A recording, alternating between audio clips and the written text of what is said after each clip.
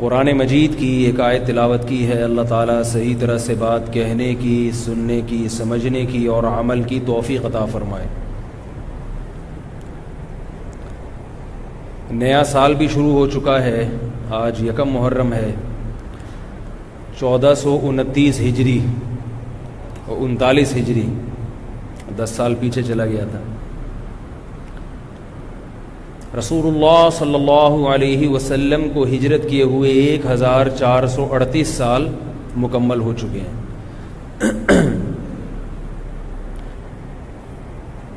नए साल की इब्तिदा पे लोग एक दूसरे को मुबारकबाद देते हैं। ये तरीक़ा गैर मुस्लिमों का है, इस्लाम का नहीं है। नया साल जब शुरू होता है तो इसमें खुशी का कोई अंसर नहीं होता कि आप मुबारकबाद पेश करें। मुबारकबाद जब दिया करें जब किसी कंवारे की शादी हो जाए, बे औलाद का बच्चा हो जाए। ऐसे मौके पे मुबारकबाद का कोई तुक बनती है, इसका कोई तसव्वुर है। गला मेरा बैठा हुआ है, थोड़ा सा आप लोग बर्दाश्त कर लें। तो कोई खुशी की बात हो ना तो इंसान मुबारकबाद दे, अच्छा भी लगता है। खामखा के तकल्लुफात लोगों ने निकाले हुए हैं। नया साल जब शुरू होता है तो कोई ऐसा काम हुआ नहीं है जिससे हमें खुशी हो। इसलिए कि नए साल का मकसद ये है कि हम जितनी ज़िंदगी लेकर आए थे उसमें से एक साल और कम हो गया, मौत के करीब हो गए। तो इसमें कौन सी खुशी की चीज़ है भाई? कौन सी ऐसी बात? सालगिरह का भी यही तसव्वुर है कि आप 52 साल के हो गए, आप 53 साल के हो गए, तो खुशी थोड़ी है कि आप 52 साल के हो गए। गम की बात है कि 52 के हो गए आप। लोग अपनी उम्र कम करके बताते हैं, इसलिए कि उम्र का कम होना तो खुशी की बात है, उम्र का बढ़ना खुशी की बात नहीं है। तो ये कैसी बात है कि उम्र ज्यादा हो रही है और उस पर केक काटे जा रहे हैं, खुशी मनाई जा रही है? तो कोई इसकी कोई तुक नहीं बनता ना। लोग पूछते हैं कि सालगिरह क्यों नाजायज़ है? अगर कोई खुशी में खा रहा है तो मौलवी हजरात को तकलीफ क्यों हो रही है? खुद भी तो ये माशाल्लाह इतना खाते पीते रहते हैं। तो हम अगर खुशी में गुब्बारे फोड़ लेते हैं या हम अगर खुशी में कोई दिन मना लेते हैं तो इसमें कौन सी ऐसी बात है? तो ये इसलिए गलत है कि इसका कोई तुक नहीं बनता। शरीयत हमें फजूल कामों की इजाज़त नहीं देती है। कोई लॉजिक ना बनती हो, बस एक खालिसतन गैर मुस्लिमों से एक चीज़ आंख बंद करके ले ली। एक तो ये कि इसकी कोई लॉजिक नहीं है ऐसे मौके पे खुशी मनाने की, ना सालगिरह में ना नए साल की आमद पर, क्योंकि ज़िंदगी कम हो गई, आपकी उम्र ज़्यादा हो गई। उम्र ज़्यादा होने से खुशी नहीं होती, गम होता है। तभी तो देखो ख़वातीन की उम्र 35 के बाद रुक जाती है, 35-36 के बाद। अभी हमारे एक दूर की रिश्तेदार खातून थी, उनका इंतकाल हुआ है। इंतकाल गलत इन्फॉर्मेशन की वजह से हुआ। कम अज़ कम मैं जब छोटा था, यानी मैं जब छोटा था तो उस वक्त वो 35 साल की थी। अब मैं माशाल्लाह पूरे 4 दांत का हो गया हूं, लेकिन वो अभी भी कितने साल की थी? 35 साल की। डॉक्टर ने उनसे पूछा, उनको ब्लड प्रेशर की बीमारी थी, डॉक्टर ने पूछा एज कितनी है, बताने लगी 35 साल। जाहिर है डॉक्टर से जब आप गलत बात करोगे तो वो इलाज सही नहीं होगा, और वो क्या हुआ, ब्रेन हेमरेज हुआ और उनकी डेथ हो गई। तो ये क्या बात है कि आप 35 साल के बाद अपने आप को रोक रहे हैं, लेकिन सालगिरह उसी हिसाब से मना रहे हैं कि हम 36 के हो गए, हम 37 के हो गए। तो इसका मतलब है कि अंदर से खुशी नहीं है, अंदर से गम है। ऊपर ऊपर से केक भी काटे जा रहे हैं और हैप्पी बर्थडे टू यू भी किया जा रहा है। तो भाई इन चीजों की कोई लॉजिक नहीं है। अब सवाल ये पैदा होता है कि गोरा फिर ये काम क्यों करता है? गोरा तो बड़ा ज़हीन है ना, गोरे तो कोई काम बगैर लॉजिक के करते ही नहीं है। इतनी मामूली सी बात हमारी समझ में आ रही है, गोरों की समझ में क्यों नहीं आ रही? क्या ख्याल है भाई? अगर वो इतने बेवकूफ हैं तो गोरे क्यों हैं फिर? अल्लाह ने उनको गोरा रंग क्यों दिया भाई? तो याद रखो उनकी समझ में इसलिए नहीं आ रही है कि वो हैं बेसुकून, उनके लिए दुनिया ही सब कुछ है। यहां उनको एंटरटेनमेंट के लिए, तफरी के लिए मसनूई चीजों का सहारा लेना पड़ता है। हकीकी खुशी की कोई भी चीज उनके पास नहीं है। समझ में नहीं आ रही बात मेरा ख्याल। उनको खुश होने के लिए बहाना चाहिए, उनके पास खुशी के लिए कोई चीज नहीं है। लिहाजा वो रोजाना नित नए तरीकों से खुश होने की कोशिश करते हैं। कहते हैं यार आज हम खुश हो लिए ये सोच के, अब कल किस बात पे खुश हों? तो चलो कल इस बात पे खुश होते हैं कि सत्तार भाई कल पैदा हुए थे। चलो भाई आओ सत्तार भाई, चलो केक काटो सब भाई, कल खुश हो गए। परसों किस बात पे खुश? वो गफ्फार भाई परसों पैदा हुए थे, यानी पैदा तो परसों नहीं हुए थे, हुए तो 20 साल पहले थे, लेकिन आज वो 20 साल के हो गए। चलो भाई हैप्पी बर्थडे टू यू। तभी वो हर वक्त गाने सुनते हैं, हर वक्त कान में हैंड फ्री लगा रहता है। आप जरा जिम जाएं कभी तो लड़कों ने कान में हैंड फ्री लगाया हुआ होता है, एक्सरसाइज भी हो रही है, हिल भी रहे हैं, गर्दन भी हिल रही है। ये याद रखो दुनियादार आदमी को सुकून के लिए मसनूई चीजें चाहिए, इसके बगैर वो खुश नहीं रह सकता। यही इसकी अलामत है कि इसका दिल बेसुकून है। जब इंसान की तबीयत में सुकून होता है तो वो कुछ भी ना कर रहा हो, बैठा हुआ हो, उसको खुशी महसूस हो रही होती है। और जब अंदर से दिल में बेसुकूनी के कांटे चुभ रहे हों तो उसे हर वक्त एंटरटेनमेंट के लिए कुछ ना कुछ चाहिए। कभी उसको फिल्म देखनी पड़ेगी, कभी क्रिकेट के मैच देखने पड़ेंगे, कभी उसको सालगिरह मनानी पड़ेगी, कभी नए साल पर एक दूसरे को मुबारकबाद पेश करनी पड़ेगी। खाम खा ये चीजें बना बना के बिला वजह। वजह क्या है? उनकी जिंदगी का कोई मकसद ही नहीं है। आप खुद थोड़ी देर के लिए सोचें, जिस आदमी की जिंदगी का कोई मकसद ना हो वो खुश रह सकता है क्या? एक आदमी सुबह उठा, पहले तो वो ये सोचेगा कि मैं उठूं क्यों, उठने का कोई मकसद ही ना हो उसका अगर है भाई, तो वो उठेगा, कहेगा जब तक पड़े हुए सोते हो सोते रहो। फिर जब नींद से थक जाएगा, उठेगा, तो फिर वो उठ के नाश्ता नहीं करेगा, कहेगा क्या क्यों करूं मैं, इसका क्या मकसद है। घर से बाहर नहीं जाएगा। तभी आप बेरोजगार लोगों को देखें ना, घर में पड़े होते हैं, फिर खुदकुशियों के ख्यालात आते हैं उनको। आप कह सकते हैं कि भाई ये तो दुनिया के फारिग तरीन लोग ऐसे होते हैं, हम तो ऑफिस जाते हैं, हम तो बिजनेस करते हैं, हमारा तो जिंदगी का कोई मकसद है। गोरों का भी मकसद होता है तरक्की करना, होता है ना मकसद। भाई इनफिरादी सतह पे भी मकसद है और उनके इज्तिमाई सतह पे भी मकासद हैं। इनफिरादी मकसद क्या है? हर आदमी वहाँ तरक्की चाहता है, हर आदमी चाहता है मेरी सेहत अच्छी हो जाए, हर आदमी चाहता है मेरे पास दौलत ज़्यादा हो जाए। क्या ख्याल है भाई? हर आदमी चाहता है मेरी इज्जत ज़्यादा हो जाए। ये तीन चीज़ें हैं जिनके हुसूल के लिए इंसान कोशिश करता है, इज्जत, दौलत और बोलो ना भाई सेहत। इज्जत, दौलत और सेहत। तो कहते हैं हम सुबह उठते हैं क्योंकि हमें इज्जत भी चाहिए, दौलत भी चाहिए और सेहत भी चाहिए, उनका एक पर्पज़ है, उनका एक मकसद है, तभी वो जल्दी उठ जाते हैं सुबह। क्योंकि अगर उनको पता है भाई सोते पड़े रहेंगे तो ना इज्जत मिलेगी, ना दौलत मिलेगी और ना सेहत अच्छी होगी। डॉक्टर भी कहते हैं सुबह उठ जाओ भाई जल्दी। फिर वो एक्सरसाइज करते हैं। एक्सरसाइज का मकसद क्या होता है? बोलो ना भाई, सेहत अच्छी हो। सेहत अच्छी होगी तो इज्जत भी होती है, खुद ब खुद ही होती है, और जाहिर है कमाने की सलाहियत बढ़ती है, दिमागी सलाहियत बढ़ती है तो पैसा भी आता है। बीमार आदमी तो खाता है, वो कमा तो नहीं सकता। तो उनके जो काम हैं, जितने भी वो दिन भर में काम कर रहे हैं गैर मुस्लिम लोग, उसके पीछे एक मकसद है, इज्जत, दौलत और सेहत। और इसको हम यूं समझें कि इसका खुलासा हम दो लफ्जों में यूं बयान कर सकते हैं कि मजे उड़ाना। जिंदगी कैसी गुजर जाए?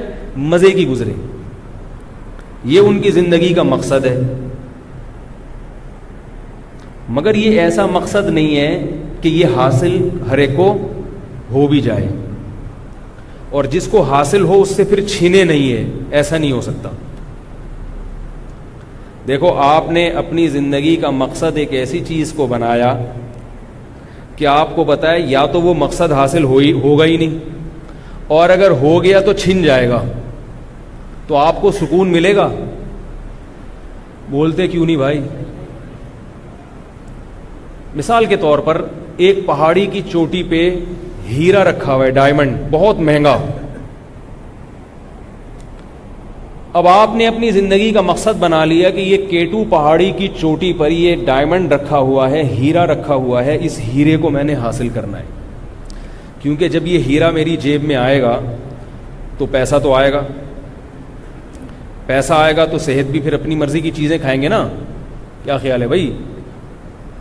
बहुत सारी चीजें आ जाएंगी, फिर डॉक्टर भी अपनी मर्जी का होगा, और इज्जत तो मिलेगी खुद ब खुद। तो आपने अपनी जिंदगी का हदफ बनाया कि ये जो केटू पहाड़ी की चोटी पे डायमंड रखा हुआ है, मैंने ये हासिल करना है। ये अंग्रेज की जिंदगी का खुलासा बयान कर रहा हूं आपको।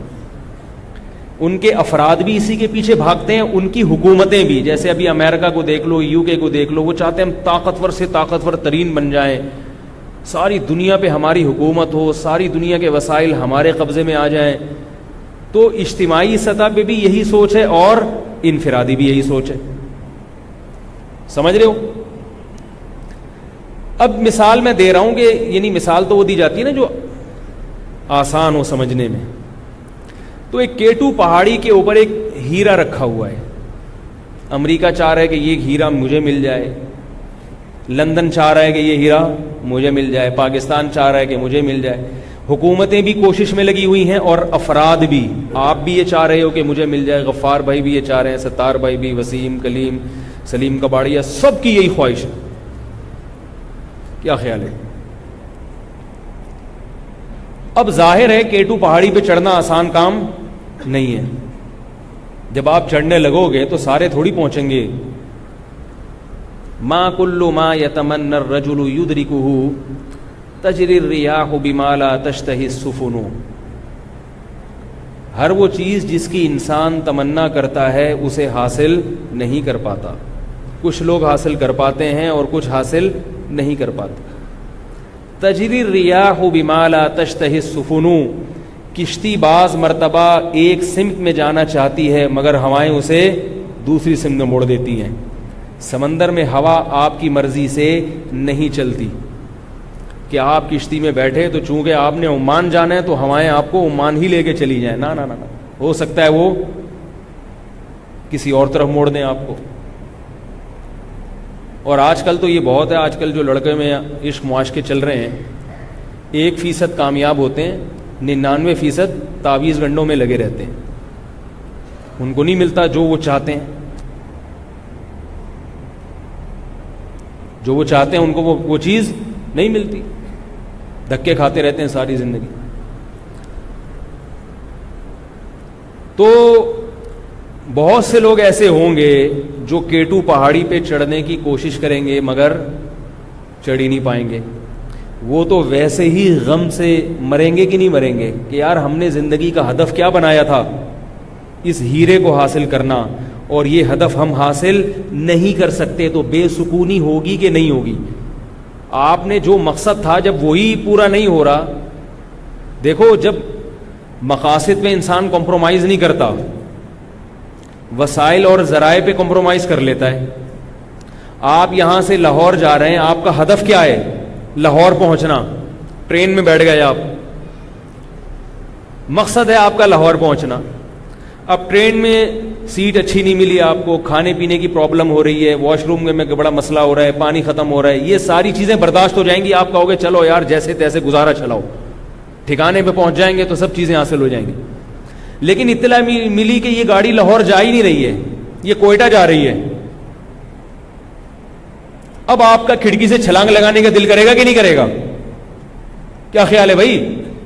बोले कि मैं तो ये सारी टेंशन इसलिए बर्दाश्त कर रहा था, तब मेरी जो मंजिल थी वो तो मिल रही थी ना, मंजिल ही नहीं मिल रही, तो मुझे वॉशरूम में पानी भी अगर मिल जाए, सीट भी अच्छी मिल जाए, तो मैंने करना क्या है? जहां मैंने जाना कहां है, और जा गाड़ी बिल्कुल ही अपोजिट साइड पे रही है।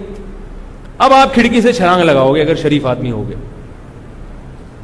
वो एक बंदा था ना हैदराबाद, वो पंजाब से आ रहा था, तो उसने अपने किसी दोस्त से कहा कि जब हैदराबाद आए ना तो मुझे बता देना, और मैं सो रहा हूं और अल्लाह का वास्ता मुझे जरूर बता देना, अगर मैं ना उठूं तो खिड़की से फेंक देना मुझे नीचे, क्योंकि मैं सोतू हूं, मेरी आंख नहीं खुलती।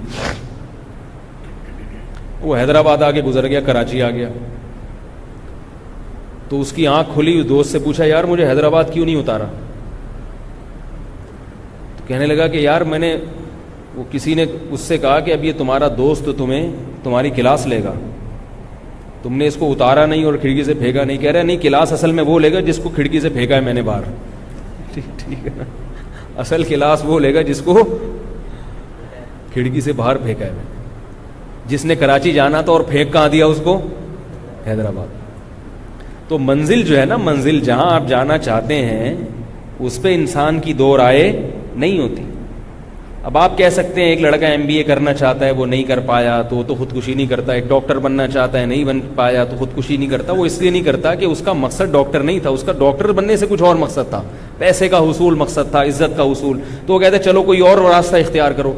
लेकिन अगर कोई फरिश्ता आके लिख के दे दे कि ना आपको इज्जत मिलेगी, ना दौलत मिलेगी, ना सेहत मिलेगी, फिर देखो क्या हाल होता है।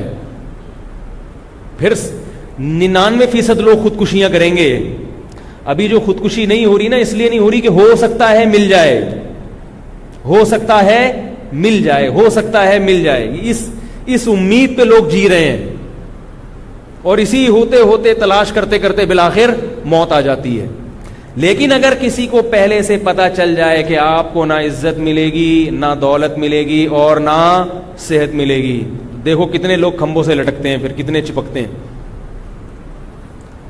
तो मैं मिसाल दे रहा था कि पहाड़ी के ऊपर हीरा रखा हुआ है, कितने लोग हैं जो वहां पहुंच ही नहीं पाएंगे, वो तो वैसे ही डिप्रेशन के मरीज बन जाएंगे। और बाज लोग ऐसे हैं जिनको ये पता चल गया कि हम वहां पहुंच तो पाएंगे, और वो बड़ी हिम्मत करते करते बिल आखिर चोटी पर पहुंच गए। अब उनका हाथ उस हीरे के बिल्कुल करीब पहुंच चुका है, लेकिन कोई उनके कान में आके बताए कि जब तुम ये हासिल करोगे तो ये तुम्हारे पास रहेगा नहीं, बल्कि तुमसे छीन लिया जाएगा और किसी और को दे दिया जाएगा। अब आप बताओ, वो तो पहले वाले से भी ज्यादा डिप्रेशन का शिकार होगा कि नहीं होगा? क्या ख्याल है? इसकी आवाज इतनी कम क्यों है भाई स्पीकर की? इसको थोड़ा सा बढ़ा देना। जो इतनी मेहनत करके वहां तक पहुंचा, इतनी मेहनत करके, अब उसको ये बताया जा रहा है कि आपने ये हासिल तो कर लिया, आपका अखबारों में नाम भी आ जाएगा, लेकिन ये अगले ही लम्हे आपसे छीन के किसी और को दे दिया जाएगा। तो अब मुझे बताओ, ऐसे मकसद के पीछे भागना हमाकत और बेवकूफ़ी है या नहीं है? जिस मकसद के हुसूल के बाद भी नाकामी हो, हुसूल से पहले भी नाकामी, और अगर हुसूल हो जाए थोड़ी सी आहिस्ता कर दें, यार बहुत ज्यादा तेज हो गई,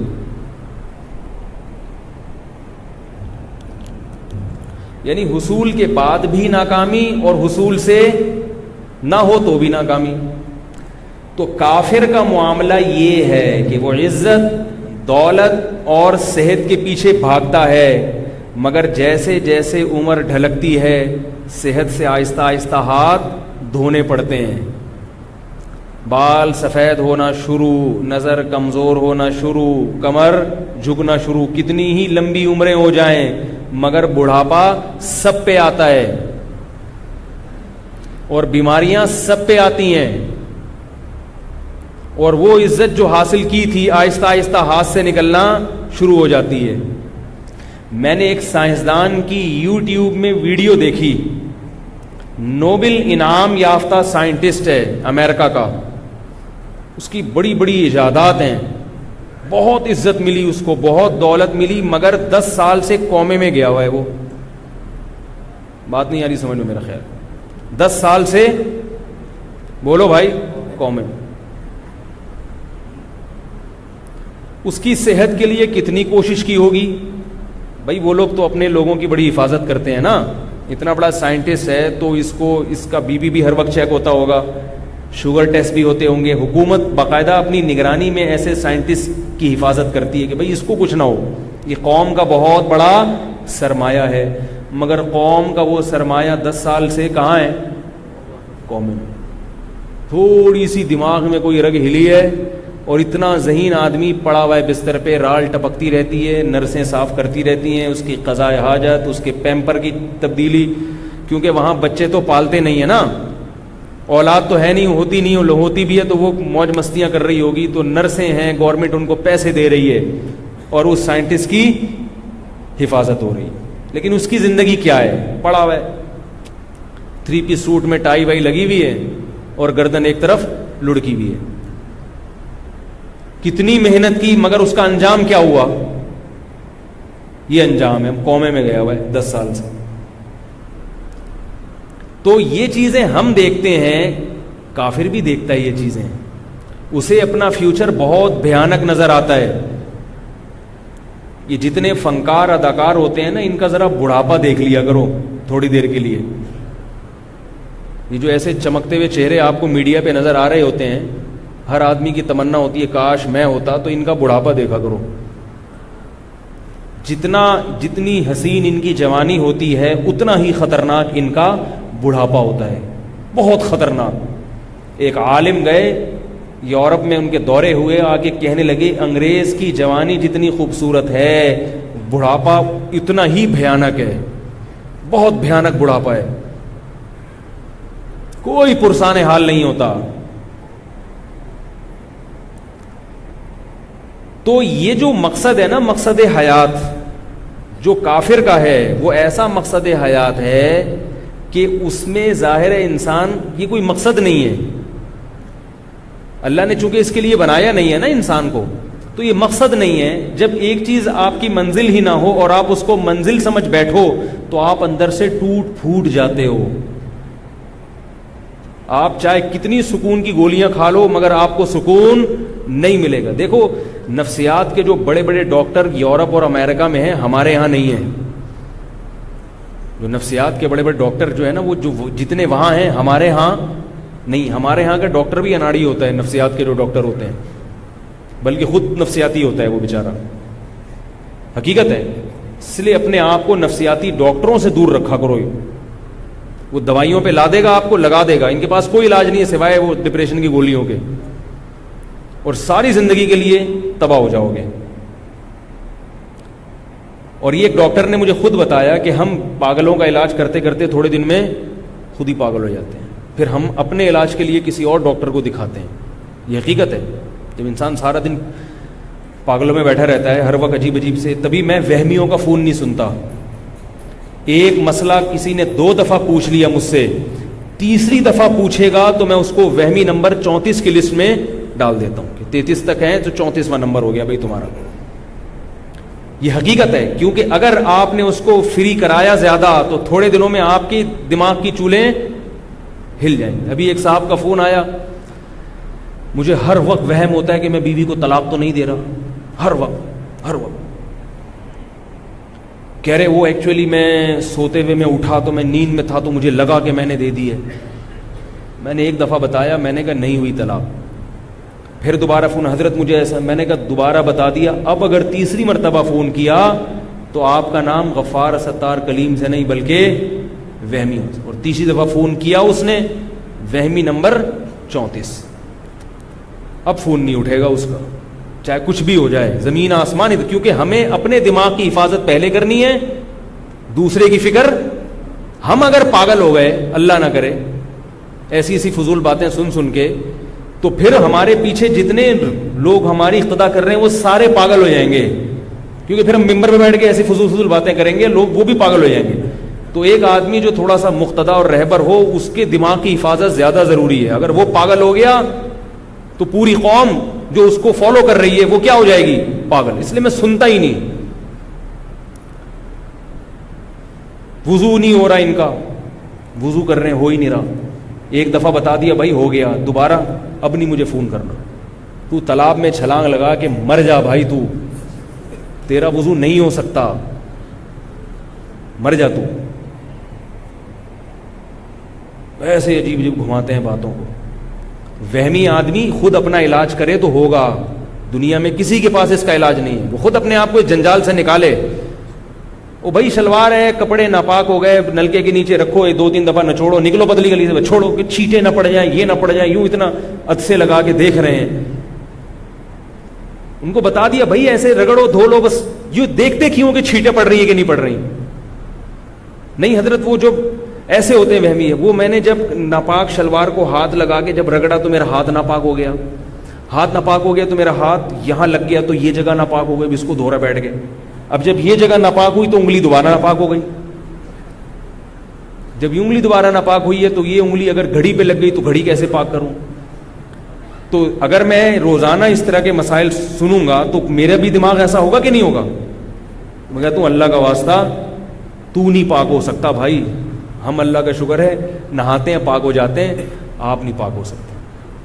मैं उसको कहता हूं डॉक्टर के पास जाओ। और डॉक्टर के पास जाने का मशवरा क्यों देता हूं? ताकि डॉक्टर पागल हो जाए, इसलिए नहीं कि ये ठीक हो जाए। भाई हम तो फीस लिए बगैर आपको गाइड कर रहे हैं, डॉक्टर पैसे ले रहा है ना, तो पैसे लेगा तो रिस्क भी वो लेना। फिर पागल होने का रिस्क वो ले जो पैसे ले रहा है। हम फ्री फोकट में क्यों अपने दिमाग को खराब करें भाई।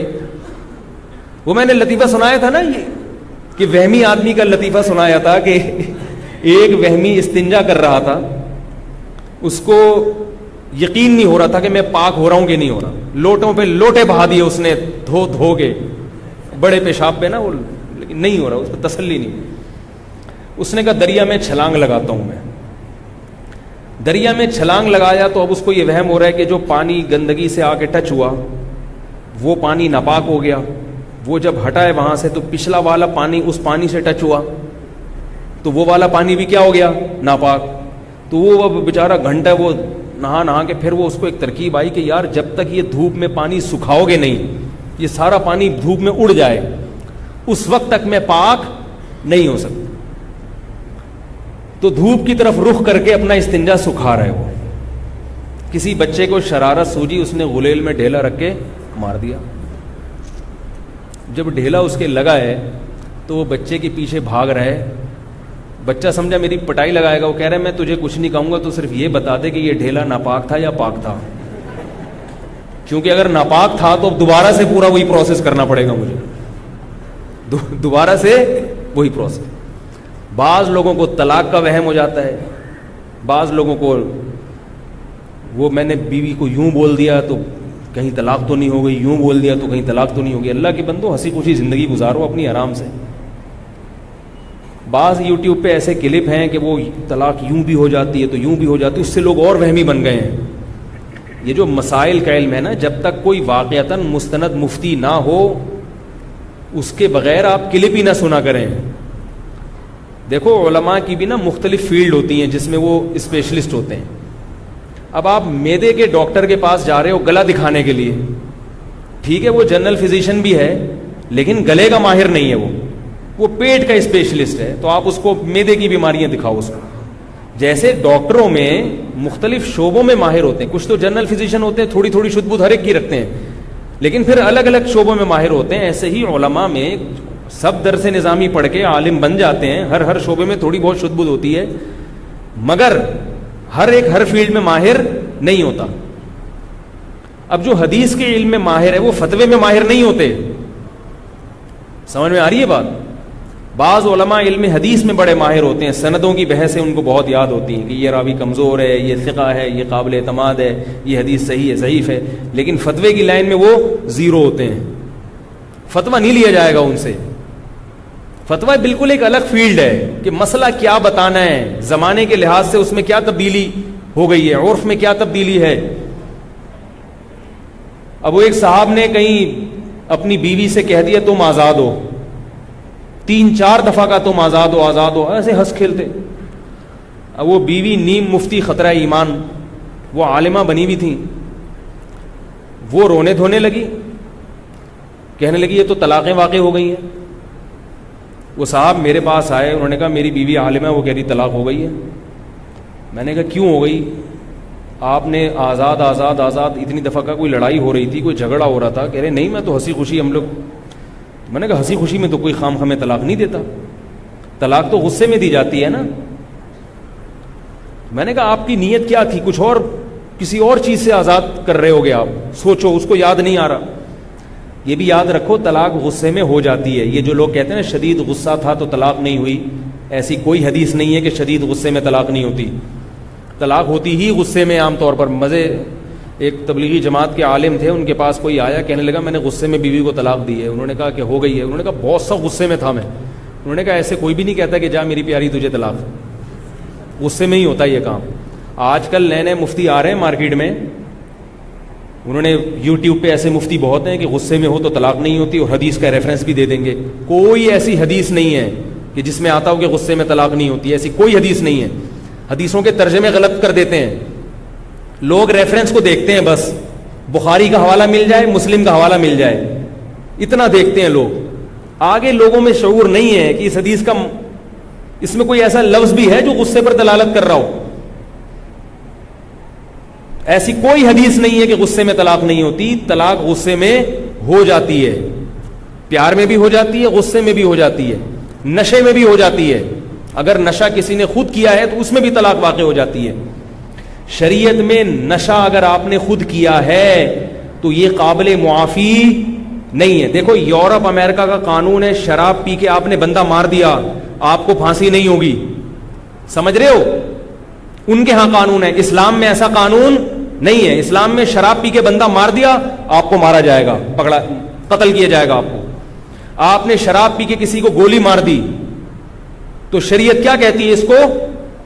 इसको भी गोली मारी जाएगी, किसास लिया जाएगा। वो कहे मेरा दिमाग होश में नहीं था, तो उसको ये कहा जाएगा कि दिमाग होश में जो आपका नहीं था, आपके अपने इख्तियार से नहीं था, खुद पी रखी थी आपने। किसने कहा था आपको पियो? ऐसे केसेस हमने देखे हैं कि शराब पी और बंदा मार दिया।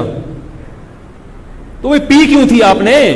आपको पता नहीं था कि जब पी जाती है तो बंदा भी मारा जा सकता है, कुछ भी हो सकता है। तो जो आदमी शराब पी के बीवी को तलाक देगा उसकी तलाक वाक़ई हो जाएगी। समझ रहे हो मसला कि नहीं समझ रहे?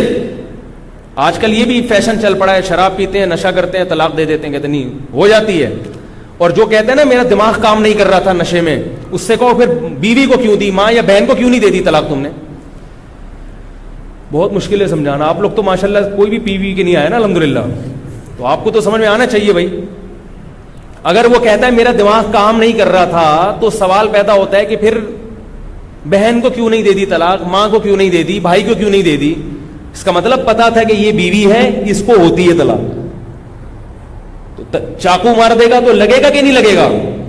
और किसास लिया जाएगा। ऐसे ही तलाक भी हो जाती है। तो मैं अर्ज कर रहा था कि मसाइल जो है, जो बाकायदा इदारों से फारिग होते हैं मुस्तनद मुफ्ती, उनसे पूछा करो जिनके पीछे कोई इदारा हो। ये नहीं कि थोड़े दिन में कोई भी उठ के तहकीकात अवाम के सामने मार्केट में ला रहा है और लोग फिर उससे मसाइल पूछ रहे हैं, ये जायज नहीं है। अगर आप उसको फॉलो करेंगे तो कल क़यामत के दिन आपसे सवाल होगा। लोग कहते हैं वो दलील से बात कर रहे हैं, हर एक दलील से बात करता है। आप में दलाइल को समझने की सलाहियत नहीं है, ये आप तस्लीम कर लें। अपनी जहालत का इतराफ आजकल लोगों से होता नहीं है, ये बड़ी मसला है। डॉक्टर के सामने अपनी जहालत का इतराफ करेंगे कि आप मैदे के माहिर हैं, मुझे नहीं पता जी, आपको पता है। ENT स्पेशलिस्ट के सामने इतराफ कर लेंगे, डॉक्टर साहब आप चाहे तो काट दें, ऑपरेशन करके गुर्दा निकाल दें, चाहे तो नया लगा दें, चाहे तो डायलिसिस पे ले आए, आप ज्यादा जानते हैं, मैं तो जाहिल। जहां आलिम मुफ्ती की बात आएगी, कोई आदमी अपने आप को जाहिल तस्लीम करने के लिए तैयार नहीं है। ये बहुत बड़ा अलमिया है, कुर्ब क़यामत की अलामत है ये। इजाब कुल्ली ज़ी रायिन बिरायी, एक रिवायत में आता है कि हर आदमी अपनी राय को सबसे बढ़कर समझेगा कि मेरी राय है ना, वो वैसी कोई राय नहीं है किसी की। तो बाद में क्या कर रहा था, जल्दी से मौजू की तरफ आता हूं। वो मुझे याद दिलाए, सदक़े के बकरे पे मेरा जो क्लिप चला है ना, उस पर बहुत ज़्यादा एतराज़ात हुए हैं, मैं उसकी भी ज़रा वजाहत करूँगा। मैंने सदक़े के बकरे की तो ऐसी की तैसी अल्हम्दुलिल्लाह कर दी है, लेकिन उस पर मेरी भी ऐसी की तैसी हो गई है। बहुत से उलमा की तरफ से मेरे खिलाफ, यानी खिलाफ तो नहीं कह सकते, बाज़ बड़े हजरात भी हैं, तंबीहात के वो लेटर आए हैं। बाज़ ने मेरे खिलाफ क्लिप यूट्यूब पे बना के डाले हुए हैं कि इसने तो सदक़े के बकरे का इनकार कर दिया, हालांकि हदीस में आता है कि बकरा सदका हुआ था और वो सीरी आई थी और पाए आए थे, बकरे के थे वो। तो वो मैं इसकी ज़रा वजाहत करूँगा, ये मैं मौजू न कहीं रह जाए। तो मैं ये कर रहा हूँ कि आपको जब ये पता है कि जब मैं वहाँ जाके ये चीज़ हासिल करूँगा तो हासिल करने के बाद भी मेरे पास नहीं रहेगी, तो इससे क्या पैदा होगा, दिमागी तनाव। तो काफिर के पास चूंकि कोई हकीकी मकसद नहीं है, ये जो मकसद है ना, इज्जत शोहरत, ये सब खत्म हो जाते हैं, उनको भी पता है कि खत्म हो जाते हैं। लिहाजा ये ऐसा मकसद नहीं है जिसको वाक़ियतन मकसूद बनाया जाए, मतलूब बनाया जाए। समझ रहे हैं? ये मकसद सिर्फ इस्लाम ने बताया है कि दुनिया में आने का बुनियादी मकसद इज्जत शोहरत दौलत है ही नहीं। आने का बुनियादी मकसद क्या है, जन्नत का हुसूल, अल्लाह की रिजा। लिहाजा दौलत हासिल करने की कोशिश की, नहीं मिली तो सब्र का सवाब मिलेगा और अल्लाह की रिजा मिलेगी। मजे हो गए कि नहीं हो गए? सेहत हासिल करने की कोशिश की, फिर भी नहीं मिली तो भी कामयाब। अय्यूब अलैहिस्सलाम की तो सारी जिंदगी बीमारी में गुजर गई ना, यही चीज उनके लिए कामयाबी का जरिया बनी। और अल्लाह ने अय्यूब अलैहिस्सलाम के सब्र को कुरान में बयान किया, फरमाया निअमल अब्द, क्या खूब बंदा था अय्यूब, हालांकि उनकी सारी जिंदगी दुनियावी एतबार से नाकामी में गुजरी है। ऐसी खतरनाक मूजी बीमारी अय्यूब अलैहिस्सलाम को लगी, पूरी जवानी उस बीमारी में गुजर गई, मगर फिर भी क्या हुए, नाकाम हुए, कामयाब हुए, कामयाब हुए। मेरे एक उस्ताद थे, इंतकाल हो गया, अल्लाह उनकी मग़फ़िरत फरमाए, हज़रत मुफ्ती रशीद अहमद साहब रहमहुल्लाह के खलीफा भी थे। बीमार हो गए जवानी में ही, बच्चे भी थे उनके छोटे छोटे, एलर्जी थी उनको, नज़ला खांसी बहुत ज़्यादा बढ़ गई। इतनी लंबी बीमारी चली और इस तकलीफ़ में हम जब भी उनकी आयादत करने जाते थे तो उनको अपनी बीमारी का ज़्यादा गम नहीं था, इस बात का था कि पता नहीं मेरी मग़फ़िरत होगी कि नहीं होगी अगर मैं मर गया। समझ रहे? देखो ये कितनी अच्छी सोच है। उनकी सोच ये थी कि अगर मैं अभी सेहतमंद हो भी गया तो कल दोबारा लेटूंगा बिस्तर पे, हमेशा थोड़ी चलता फिरता रहूंगा। भाई अगर मैं अभी बिस्तर पे लेट गया हूं और अब अगर मुझे शिफा मिल भी गई तो कब तक के लिए मिलेगी, 10 साल 15 साल 20 साल, बिल आखिर दोबारा लेटना है। एक वक्त आता है कि आप अब्बा जा रहे हैं, अब्बा आईसीयू रूम में, लोगों की कॉल्स आती है ना, मुफ्ती साहब दुआ करें अब्बा आईसीयू रूम में है, अब्बा का ऑपरेशन है, डॉक्टर होश में नहीं आ रहे अब्बा। ये सब होता है कि नहीं होता? मेरा ख्याल है आप लोग के साथ नहीं होगा, सबके साथ होता है भाई। अब्बा को रीढ़ की हड्डी का कैंसर हो गया है, अब्बा को के गुर्दे खराब हो गए हैं, अब्बा को जो है ना हर्निया हो गया है। जब दूसरों के अब्बाओं के साथ हो रहा है तो आप, मैं और आपके साथ नहीं होगा? हम भी तो अब्बा हैं, अगर नहीं है तो बन जाएंगे कल। ऐसा ना हो इस चक्कर में अब्बा ही ना बने आप, यार अब्बाओं के साथ होते मैं बाप बनता ही नहीं। तो चचा के साथ हो जाएगा, आप चचा हो गए किसी के, मामू हो गए किसी के, अब्बा हो गए तो जरा इज्जत के साथ इलाज हो जाएगा, बच्चे इज्जत के साथ कर लेंगे इलाज। लेकिन लेटना है कि नहीं है थोड़े दिनों में जाके? कब तक चलते फिरते रहोगे, नाचते भागते रहोगे? बिल आखिर जिना अस्पताल में, सिविल अस्पताल में कभी ना कभी जाके लेटना है। एक ही सूरत है, ना लेटने वाली कोई ट्रक मार के चला जाए, आपको ऑन द स्पॉट मर जाए, वो और खतरनाक है। लेटा हुआ आदमी कम से कम तौबा तो कर लेता है थोड़ा सा, अब पता नहीं अल्लाह ने करे वो फिल्म देख के निकल रहे थे और ट्रक मारता हुआ चला गया, तो और खतरनाक मौत है। और आजकल ये खतरनाक मौतें ज्यादा हो रही हैं, बैठे बैठे बंदा गिर जाता है, हार्ट अटैक हो जाता है। तो अब अल्लाह वालों की आप हालत देखें, बिस्तर पे लेटे हुए हैं, बीमारी का इतना गम नहीं है। गम किस बात का है? आंखों से आंसू निकल रहे थे, कह रहे दुआ करो अल्लाह मगफिरत कर दे, क्योंकि देखो असल मकसद है अल्लाह की रिजा। उनकी दिल में नहीं थी अगर वो हासिल हो जाए तो अभी मर जाए, कोई परवाह नहीं है यार, बच जाए तो भी ठीक है, नहीं बचे तो भी ठीक है।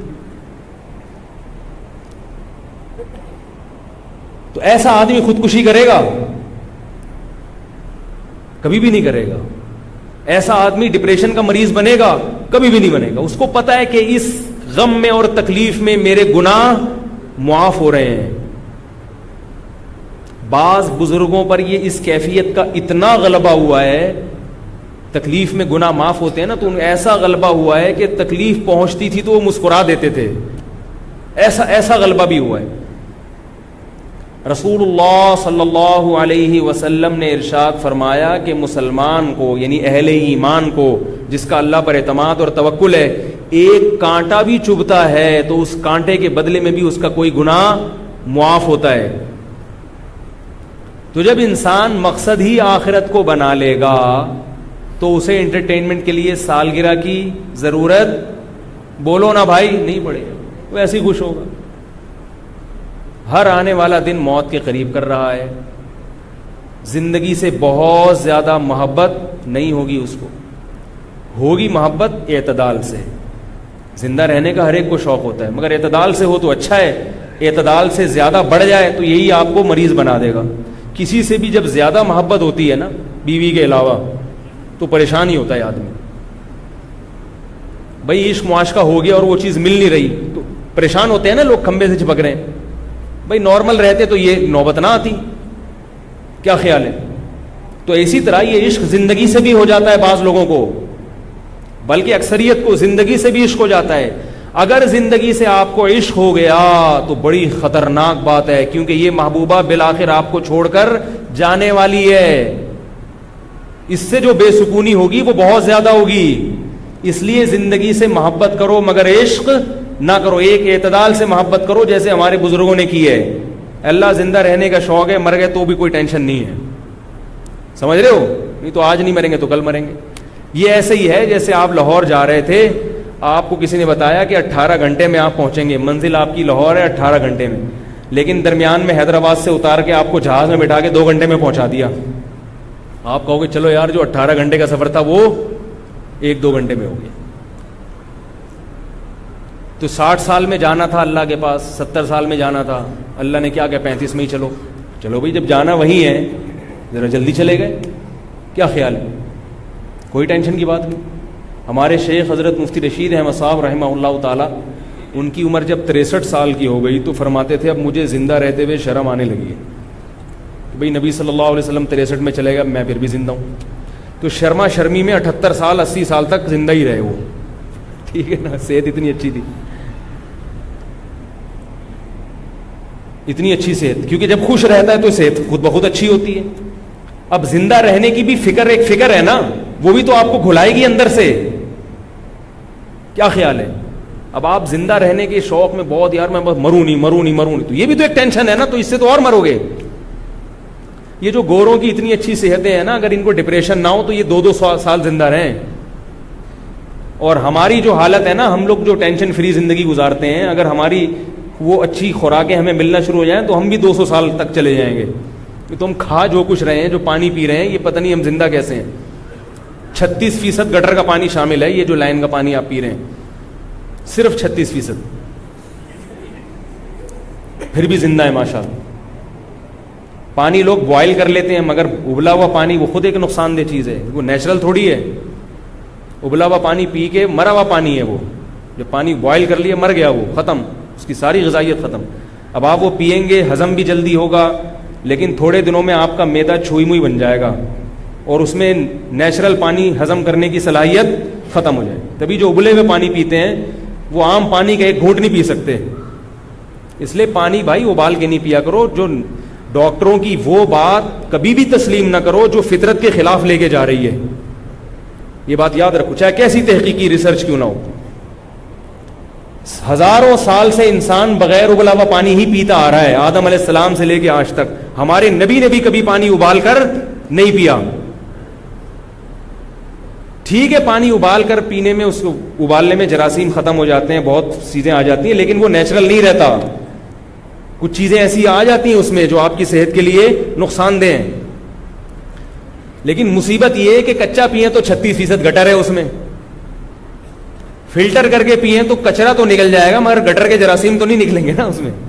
उबाल के पिए तो उसकी अपनी एक मुसीबत है। वो उबला हुआ, बीमार आदमी के लिए उबला हुआ पानी ठीक है, बच्चे के पेट वेट खराब हो जाए या कोई ऐसे मोशन लग जाए, कोई नजला जुकाम बुखार हो, उसके लिए उबला हुआ ठीक है। आम नॉर्मल आदमी बॉयल पानी पिएगा नुकसान होगा, रेजिस्टेंट पावर आपकी खत्म हो जाती है, बीमारियों के खिलाफ दिफा की कुव्वत खत्म हो जाती है। तो अब फिर परेशान है कि पानी नहीं मिल रहा हमें। आप खुद अंदाजा लगाओ क्या पिया, गुस्सा पीते हैं बस बैठ के, और कुछ भी नहीं। और ये जो नेस्ले का पानी है या दूसरी कंपनियों का पानी है, ये तो बहुत ही नुकसानदेह सेहत के लिए है। इसमें मिनरल डाले जाते हैं आर्टिफिशियल। आप ये पानी जरा गर्म करके पियो, आपको खट्टा महसूस होगा। तो इसलिए सबसे बेहतर पानी वो है जो लाइन में आ रहा है, उसको फिल्टर करके पी लिया करो बस, और 36% गटर को इग्नोर कर दो। क्योंकि इंसान जब ये होता है ना, उसमें खुद ब खुद रेजिस्टेंट पावर पैदा हो जाती है। जिस इलाके में का पानी पिएगा थोड़े दिनों में उसी का आदी हो जाएगा। तो इसके अलावा, और मैंने बहुत इस पानी पे तहकीक की है, बहुत लोगों से मिला हूं कि पानी कौन सा पिए। हर पानी में गड़बड़ है। ये जो बाजार का पानी पैकिंग का आ रहा है, ये तो तबाह कर रहा है आपकी हड्डियों को, आपके बाल को सफेद कर रहा है। ये वक्त से पहले ये जो पैकिंग के पानी आ रहे हैं ना, सील पैक पानी, कोई किसी भी कंपनी का हो, सब बेकार है। तो सबसे अच्छा पानी वही है जो बारिश का पानी बरसता है, हब डैम में आता है, कुत्ते नहाते हैं, बिल्लियां नहाती हैं उसमें, और फिर वो लाइन पे चलता है तो कुदरती ना। फिर वो गवर्नमेंट उसको फिल्टर करती है। ऐसा नहीं होती गवर्नमेंट, ऐसे इतनी भी नालायक गवर्नमेंट नहीं है। उसको रेत बजरी में फिल्टर करके थोड़ी सी क्लोरीन मिलाती है, जरासीम मर जाते हैं, फिर वो लाइनों में आता है।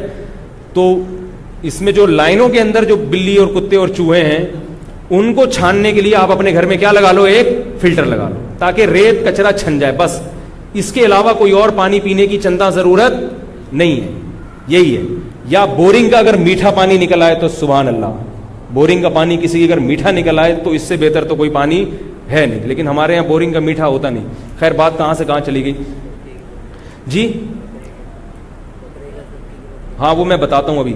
तो ये बात खूब याद रखें कि वो लोग ना एंटरटेनमेंट के लिए, उनको कुछ ना कुछ चाहिए खुशी के लिए, लिहाजा वो सालगिरह भी मनाएंगे, नए साल पे मुबारकबाद भी देंगे, हैप्पी न्यू ईयर भी करेंगे। कोई ऐसे काम जिसकी कोई लॉजिक नहीं बनती, वो थोड़ा इधर नाच लो, थोड़ा यूं कर लो। बालों के फैशन बनाएंगे, वो कहेंगे ये वाला स्टाइल तो अब देख लिया है यार, सारी दुनिया को पता है। हम देखो, बचपन से मैं ऐसे बाल रखता आ रहा हूं, पट्टे वाले। यहाँ सब उलमा को हमने ऐसे ही देखा, एक ही स्टाइल के बाल होते हैं, उसी में खुश रहते हैं वो। लेकिन नौजवान नस्ल को देखो, आज ये वाला पफ बना के आया हुआ होगा, 2 दिन में दिल भर जाएगा इसका। फिर यहाँ ये वाली साइड की मांग निकालेगा, फिर ये वाली मांग निकालेगा, फिर घुंघरियाले करके आ जाएगा, फिर जैसे वो जंगली चूहे के कांटे होते हैं ऐसे बाल बना। ये बेसुकूनी की अलामत है कि इस आदमी का दिल अंदर से सुकून में नहीं है। अगर सुकून में होता, तमीज से एक जैसे बाल बनाता, एक जैसा फैशन करता, हंसी खुशी जिंदगी गुजार के दुनिया से चला जाता। इस सुकून नहीं है, तभी तो कभी यहां तक शर्ट खींची हुई कमर नजर आ जाए। अजीब अजीब फैशन आ रहे हैं, कमर दिखा रहे हैं अपनी भाई, कभी क्या कर रहा है, कभी क्या कर रहा है। खवातीन भी यही कर रही हैं, नए नए फैशन। ये खुदा की कसम, मेरे शेख मुफ्ती रशीद अहमद साहब कहा करते थे कि जब इंसान गुनाह करता है, सबसे पहला अजाब जो अल्लाह की तरफ से उस पर आता है वो ये कि उसके दिल का अल्लाह सुकून छीन लेते हैं, दिल का सुकून छीन लेते हैं। उसको फिर इन चीजों में सुकून तलाश करता है मगर मिलता नहीं है। ये लोग फैशन तो बहुत इख्तियार करते हैं मगर इस फैशन से फिर भी इनके चेहरे पे नूर नहीं आता, नूर नहीं आता। माइकल जैक्सन के चेहरे पे नूर था, कैसा अजीब चिपड़ा हुआ चेहरा था उसका। हालांकि कितनी डिस्टेंपर के डब्बे खाली किए होंगे उसने उसको बनाने के लिए, और फिशिंग और फिशल और पता नहीं क्या क्या, फिर भी अजीब सा नूर तो हमने उलमा के चेहरों पर देखा है। साहबा साबुन से नहाते हैं, ना कोई फैशन, ना कोई बाल बनाए, कोई टोपी पहनता है, कोई पगड़ी पहनता, आ गए बस। सारी जिंदगी मेरे शेख हजरत मुफ्ती रशीद साहब ने सारी जिंदगी सफेद कपड़े पहने हैं, सारी जिंदगी इसी एक जैसा डिजाइन, एक जैसे कपड़े, क्योंकि अंदर से सुकून है ना तबीयत में। तो ऊपर से तबीयत में खुलबुली नहीं मिची हुई। देखो एक बात मैं आपको बता के अपने वो सदके के बकरे पे जल्दी से बात समेटता हूं मैं। आप मुझे बताओ, जब हम सुबह उठते हैं, सुबह जब हम उठते हैं और हम घर में बैठे होते हैं, जो नमाजी लोग हैं वो मस्जिद में आके सफ में बैठ जाते हैं, सब खामोश होते हैं कि नहीं होते? एक अजीब खामोशी का माहौल होता है फजर की नमाज से पहले। इमाम अगर 4 मिनट लेट भी हो जाए तो कोई पीछे मुड़ मुड़ के नहीं देखता, चुप कर आराम से बैठे रहता है। जो लोग नमाज नहीं पढ़ते वो सुबह उठ के नाश्ते वाश्ते की मेज पे बैठते हैं, तो भी घर में खामोशी का समा होता है, सब चुपचाप, बेगम साहिबा किचन में अपना काम कर रही, लड़ाई वड़ाई नहीं होती सुबह के टाइम पे, सब उठे हुए अपना आराम से, बच्चे स्कूल जा रहे हैं, इस्त्री हो रहे हैं कपड़े, ये सब। वजह क्या है? पूरी रात नींद की है, जहन को सुकून मिला, तो अब उस सुकून के आसार क्या हैं? ना चहक रहे हैं ना हिल रहे हैं। जो जहां बैठा है तमीज से, वहां वॉशरूम में भी जो बैठता है ना सुबह जाके, वो भी बैठा ही रहता है, वहां निकलता ही नहीं है। तो जो जहां बैठा होता है वो तमीज से बैठा होता है। ये दिल के अंदर जो सुकून होता है वो उसका इजहार है। ये नमाजी भी मुंह नीचे करके आराम से बैठे होंगे, कोई बात नहीं कर रहा किसी से, क्योंकि तबीयत में इतना सुकून है कि अब उस सुकून, मजीद सुकून के हासिल करने के लिए हमें ना किसी से बातचीत की जरूरत, ना कोई हिलने जुलने की जरूरत, आराम से तमीज से बैठे होते। आहिस्ता आहिस्ता जब दिन चढ़ता है, थकावट होती है, तो फिर लोग हिलना जुलना शुरू होते, गालियां वालियां भी दे रहे हैं, लड़ाई भी कर रहे हैं, फिर कोई, यानी सारी एक्टिविटीज। जैसे जैसे तबीयत में बेसुकूनी होती है ना, उतना ज्यादा इंसान खुद भी बेसुकूनी में आता है, दूसरों को भी बेसुकून करता है। तो ये जो फजर का वक्त है, इसमें जो तमीज से लोग बैठे हुए होते हैं, इनको देख के अगर कोई ये कहे कि ये तो बेचारे, इनकी जिंदगी में तो कोई इंटरटेनमेंट ही नहीं है, इनकी जिंदगी में तो सुकून ही नहीं है, अगर सुकून होता तो ये चहक रहे होते, शराब पी रहे होते, नाच रहे होते, गा रहे होते, कोई उधर कुलाबाजी खा रहा होता, कोई ये वाली साइड की मांग निकाल रहा होता, कोई यहां कटोरा रख के बाल काट रहा होता, सही है ना, कोई ये वाला फैशन कर रहा होता, कोई उधर कलाबाजी लगा रहा होता, कोई छत से छलांग लगा रहा होता। तो ऐसा दावा करने वाला बेवकूफ होगा कि नहीं होगा? हम कहेंगे चूंकि ये तबीयत में इनके अंदर सुकून है, इसी वजह से तमीज से बैठे हुए हैं। जब दिल अंदर से बेचैन होगा तो ये सारे काम शुरू कर देंगे, छलांगे भी लगाएंगे, खंभों से भी चिपकेंगे, और ये नए नए नित नए फैशन भी करेंगे। समझ रहे हो कि नहीं समझ रहे? तो याद रखो, गैर मुस्लिम की जो खुशी है, उसका जो हंसना, उसका जो मुस्कुराना, उसका हर वक्त हिलना जुलना, इन चीजों को देखकर मुतासिर ना हुआ करो। ये बेसुकूनी की अलामत है। मैंने सिर्फ और सिर्फ सुकून उलमा के दिलों में देखा है, बाकी मुझे सुकून दुनिया में हर चीज हर जगह नजर आई, मगर सुकून सिर्फ उलमा की महफिल में नजर आया हमें। हमारे शेख हजरत मुफ्ती रशीद अहमद साहब आते थे, आधा घंटे की मजलिस, खामोश मजलिस होती थी, आगे बैठ जाते थे, सब असातिज़ा तलबा बैठे हुए चुपचाप, वो थोड़ा सा अपना काम किया, आधा घंटा चुपचाप सलाम करके वापस चले गए। बड़ा मजा आता था, हालांकि ना कोई बात ना कोई चीज, ऐसा लगता था आसमान से सकीनत नाजिल हो रही है। किसी दुनियादार को बिठा दो आधे घंटे के लिए चुप करके, आप वो कहते हैं लाइट म्यूजिक तो बहरहाल होना चाहिए। लाइट म्यूजिक तो आप इंटरनेशनल फ्लाइट में कभी सफर करें, लाइट म्यूजिक चल, मेरा इतना सर में दर्द होता है उससे। तो थाईलैंड की एयरलाइन में बैठा हुआ था, वो उन्होंने टू टू टू चला दिया। मेरा दिल चाह रहा है भाई इसको बंद करो ताकि सुकून मिले, आराम से चुप करके बैठे रहो, हमें भी बैठो, लेकिन वो कुछ ना कुछ म्यूजिक चलाते हैं। तो मुझे अंदाजा हुआ कि इनकी तबीयत में इतनी बेसुकूनी है कि ये चुप करके बैठ नहीं सकते, इनको लाइट म्यूजिक चाहिए, कुछ टनटनाटन होना चाहिए जिससे ये सुकून में आएंगे। तो उनके सुकून का क्राइटेरिया और हमारा अलग अलग है। समझ रहे हो कि नहीं समझ रहे? आप इनके होटलों में जाओ, वहां भी लाइट म्यूजिक चल रहा होगा, हालांकि सुकून खामोशी में है। तो मेरे भाई, इनके दिलों में बेसुकूनी है, बेसुकूनी के कांटे चुभ रहे हैं। आप उस लाइफ स्टाइल को अगर फॉलो करोगे तो आप भी वैसे ही हो जाओगे। इसलिए नया साल जब शुरू होता है तो एक दूसरे को दुआ दे दिया करो, इसमें कोई हरज नहीं है।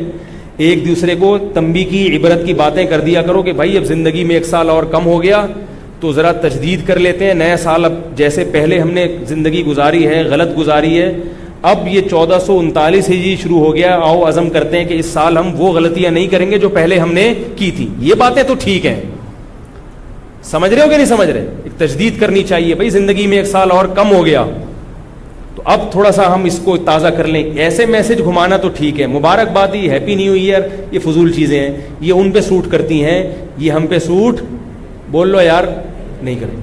अब मैं ज़रा सदक़े के बकरे की क्लास ले लूँ थोड़ी सी, वो दुआ के बाद लूँगा, वक्त हो गया है, दुआ के बाद रिकॉर्डिंग करें, सदक़े के बकरे की मजीद क्लास लेनी है। अभी समझ में लोगों के सदक़े का बकरा आया नहीं, अभी भी बकरे कट रहे हैं और मेरे क्लिप का बहुत से लोगों ने गलत मतलब ले लिया है, समझ रहे हो। तो मैं इंशाल्लाह कुछ 5 से 10 मिनट आपके लूंगा और मैं बताऊंगा ये सदक़े का बकरा बिदअत क्यों है। समझ रहे हो कि नहीं समझ रहे? बकरे सदक़े करना छोड़ दो, गरीब की हाजत पूरी किया करो, पैसों से राशन डाल दिया करो,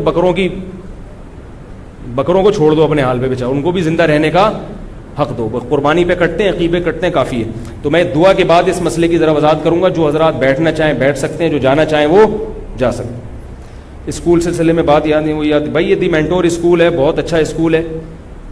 यहाँ सखी हसन पे बहुत अच्छी दीनी तालीम है, अपने बच्चों को कोशिश करें एडमिशन दिलाएं। वहाँ ओ लेवल तालीम है उनकी, ऑक्सफोर्ड यूनिवर्सिटी वाला सिलेबस है। मैं उसकी इसलिए वो कर रहा हूँ, मेरा कोई कमीशन वमीशन नहीं बंधा हुआ वहाँ पे, इसलिए कि आजकल स्कूल बच्चों को तबाह बर्बाद कर रहे हैं।